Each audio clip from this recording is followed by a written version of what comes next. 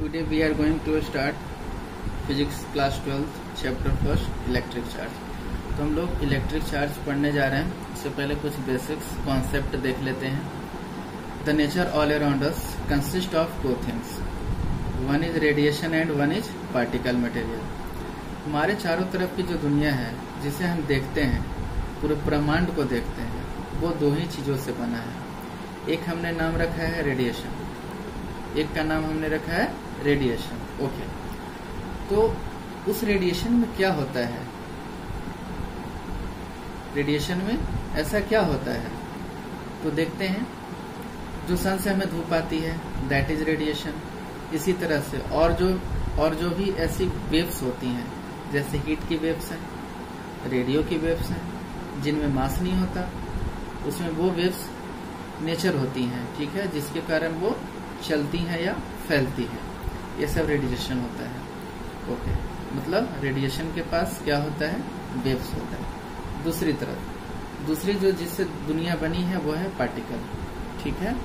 Particle, इनके पास क्या होता है? मास होता है, दैट इज पार्टिकल। और एक चीज जो दोनों के पास होता है वो क्या है? एनर्जी। एनर्जी रेडिएशन के पास भी होता है और एनर्जी पार्टिकल्स के पास होता है, या हो सकती है। पार्टिकल्स के पास क्या होता है? मास, वॉल्यूम, मोमेंटम। रेडिएशन के पास क्या होता है? वेव्स। और दोनों चीज जो इसमें हो सकती हैं या होती हैं वो है एनर्जी, ठीक है, रेडिएशन में भी और पार्टिकल्स में भी। ओके, अब देखिए, इस पार्टिकल्स के पास या मैटर के पास एक प्रॉपर्टी होती है जिसकी एक कैरेक्टरिस्टिक्स होती है कि ये दूसरे मैटर पे फोर्स अप्लाई कर सकता है। फोर्स अप्लाई करने का क्या मतलब है? यानी कि उसको पुश कर सकता है या उसको पुल कर सकता है, ठीक है। ओके, ये जो फोर्स अप्लाई करता है इसको हम स्टडी करने जा रहे हैं। ओके, तो मैटर क्या है? A matter can apply force. ये जो फोर्स हमने स्टडी की दो तरह के थे। एक जो हमने ये देखा कि अपने चारों तरफ यानी सन के चारों तरफ अर्थ घूम रही है। बहुत सारे स्टार्स को हमने स्टार को भी देखा है। ये स्टार अपनी जगह पे खड़े हैं, वहां से मूव नहीं करते, या मूव करते भी हैं तो अपनी जगह पे वापस आ जाते हैं। मून को भी हमने देखा, सन को भी हमने देखा है, ठीक है, दूसरे स्टार्स को भी देखा है। इसके बाद एक रिजल्ट निकला कि जरूर इनके आपस में एक फोर्स ऑफ अट्रैक्शन है, और वो फोर्स ऑफ अट्रैक्शन के कारण ये दूर नहीं जाती है।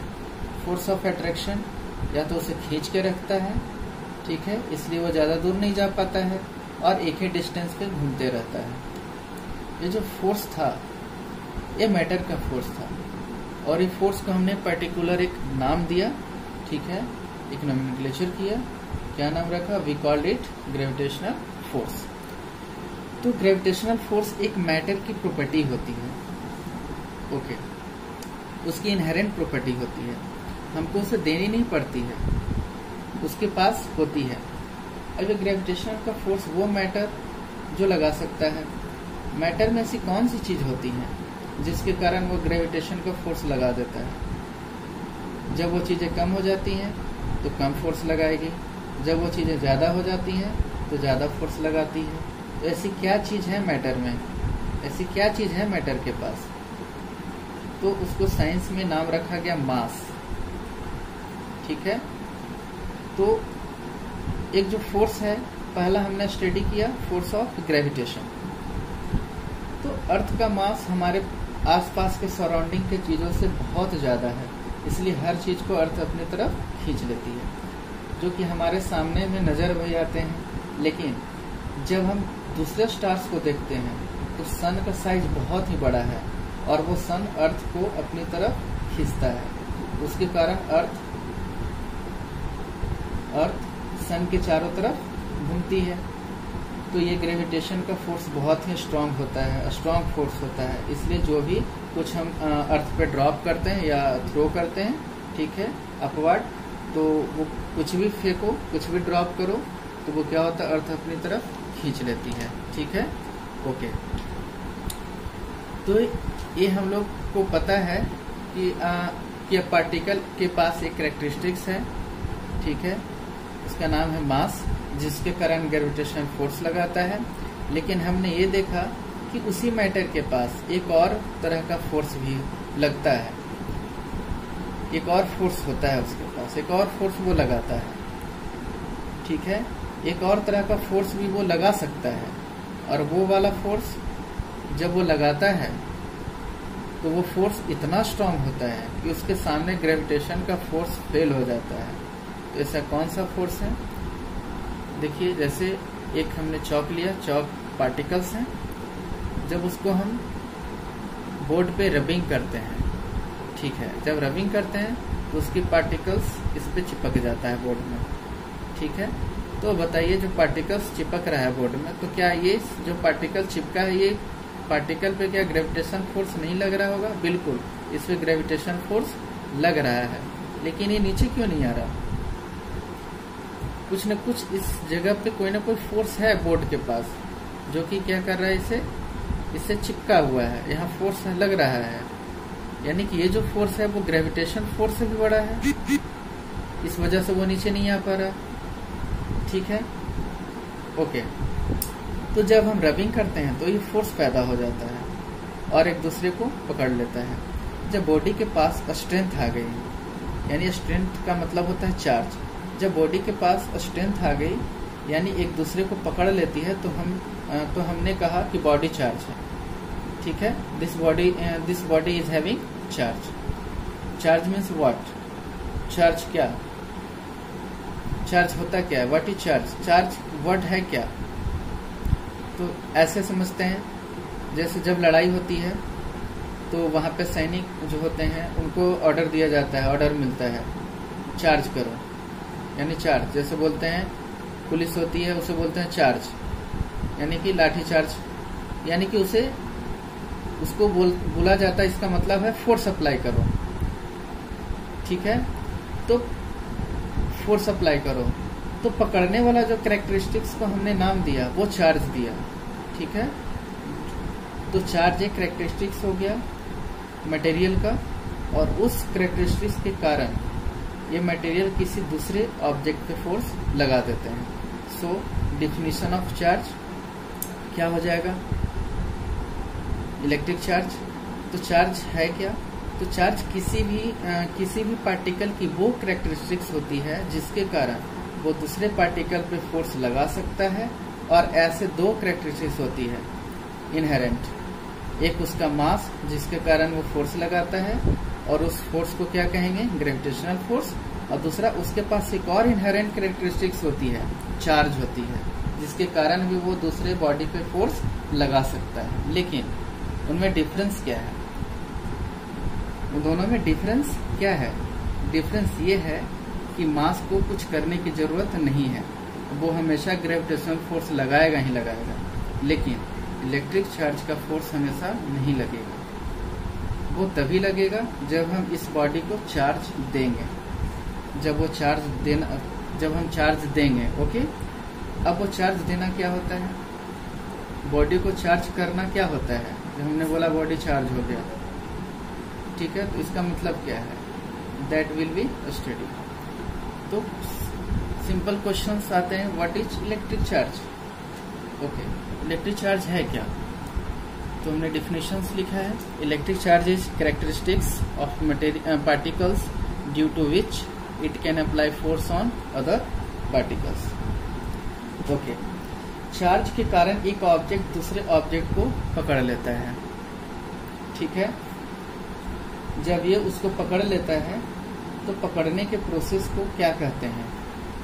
जो पकड़ने के प्रोसेस होता है उसे हम बोलते हैं क्लिंग करना, ठीक है।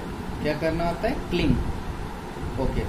And this is known as electrostatic cling, ठीक है। देखिए क्या होता है electrostatic cling. Electrostatic cling, okay, ठीक है। तो देखिए इलेक्ट्रोस्टैटिक क्लिंग है क्या, किसे कहते हैं? तो हमने अभी बताया कि चार्ज के कारण एक ऑब्जेक्ट दूसरे ऑब्जेक्ट को पकड़ लेता है क्योंकि चार्ज आ जाता है उसके पास। ठीक है, हमने बताया था कि दोनों आपस में क्या उसके बीच में क्या लगता है, फोर्स होता है, फोर्स लगता है। अब देखिए, जब उसको पकड़ लेता है तो जब उसे पकड़ लेता है तो पकड़ने के प्रोसेस को क्या कहते हैं, क्लिंग करते हैं। जो पकड़ने की प्रोसेस होती है उस प्रोसेस को हम क्लिंग करना कहते हैं। ठीक है, cling. Okay, and this is known as electrostatic cling. Electrostatic cling, the two particles which are charge just stick together with each other due to force of attraction. This is known as electrostatic cling. तो आप इसको लिख भी सकते हैं। कैसे लिखेंगे? Electrostatic cling, electrostatic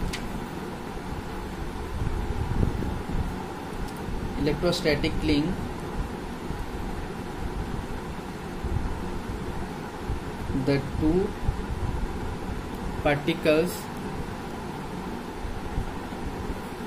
the two particles sorry, which are charged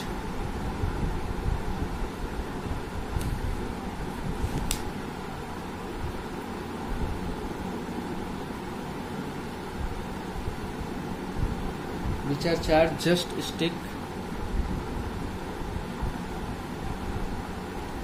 together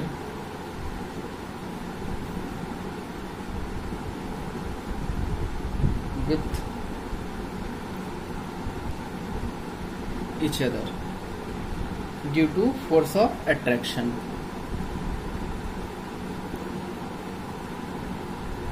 Due to force of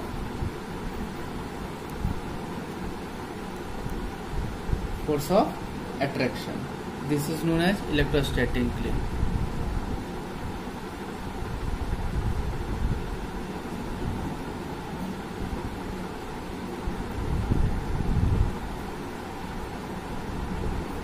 ठीक है, इलेक्ट्रोस्टैटिक क्लिंग कहलाती है। ये चीजें हम हर जगह देखते हैं, जैसे नट बोल्ट टाइट करते हैं। ठीक है, इलेक्ट्रोस्टैटिक क्लिंग है। हमारा पैर नहीं फिसलता, जैसे हम फ्लोर पे चलते हैं। ठीक है, तो हमारा पैर नहीं फिसलता है। अगर फिसलेगा तो हम चल नहीं सकते उस पर। अगर हमारा पैर नहीं फिसलता है तो उसके रीजन क्या होते हैं? There is electrostatic cling. Okay, इसके पास क्या है? इलेक्ट्रोस्टैटिक क्लिंग है वहां पे। Electrostatic cling between surface and our foot, so that is why we stick together. Okay, next class में अब हम लोग देखेंगे प्रॉपर्टीज ऑफ चार्ज। ठीक है, इसके बाद हम लोग देखेंगे कुछ इम्पॉर्टेंट टॉपिक्स। ठीक है, इलेक्ट्रोस्टैटिक चार्ज और आगे के टॉपिक्स देखेंगे। ठीक है, ओके, थैंक यू।